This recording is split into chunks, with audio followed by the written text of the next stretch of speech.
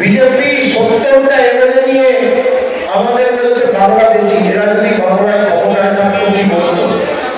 কে chicken patties বিক্রি করবে, কে এগুলো বিক্রি করবে, কে মাছ খাবে, কে মাংস খাবে, বিজেপির নেতারা ঠিক করবে। আমি আপনাদের জিজ্ঞেস করতে চাই, আমরা কি খাবো, কি বলবো? ক্যানিং কি করবে না গুজরাট কি করবে? যদি 50,000-এর বেশি ভোটে যেতে, ক্যানিং এর পয়সায় ক্যানিং এর উন্নয়ন হবে, রাস্তা হবে, ক্যানিং এর সার্বিক প্রগতি অগ্রগতি হবে। আর যদি বিজেপি যেতে, তাহলে ক্যানিং এর টাকা গুজরাটে যাবে, ক্যানিং এর টাকা মধ্যপ্রদেশে যাবে, ক্যানিং এর টাকা উত্তরপ্রদেশে যাবে। যা আমাদের কেন্দ্রবিন্দু করেছে, তাদের শিক্ষা দেওয়ার ভোট, এই ভোট প্রতিবাদের ভোট, প্রতিরোধের ভোট, প্রতিশোধের ভোট।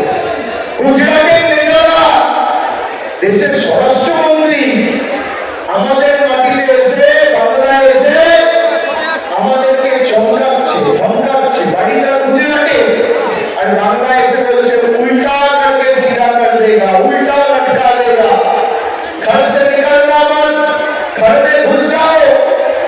বাঙালির মাটিতে এসে বাংলাকে চমকাচ্ছে কে? বিজেপির নেতা, দেশের স্বরাষ্ট্রমন্ত্রী অমিত শাহ। তিনি আজকে সাংবাদিক বৈঠক করে বলেছেন আমি নাকি তাদের গালাগালি দিয়েছি। আমি 15 বছর রাজনৈতিক আমার জীবনে কোনোদিন একটা অপশব্দ কারণে বিরুদ্ধে ব্যবহার করি। আমি স্বরাষ্ট্রমন্ত্রীকে বলেছি গরম বেশি পড়ছে, মাথা ঠান্ডা রাখুন, জল বেশি করে খান।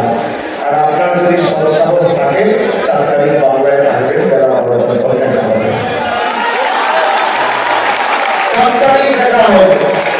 दूध का दूध पानी का पानी। কালকে তো তৃণমূল কংগ্রেস সেঞ্চুরি হাঁকিয়ে দিয়েছে, কাল সেঞ্চুরি ক্রস।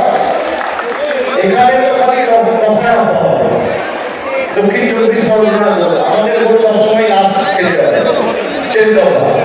তার কারণ উত্তর জঙ্গলমহল, রায়গঞ্জ, যদি এদের মাথা, ঘাট, কান এগুলো থাকে, দক্ষিণ 24 পরগনা পুরো একদম পা থাকে।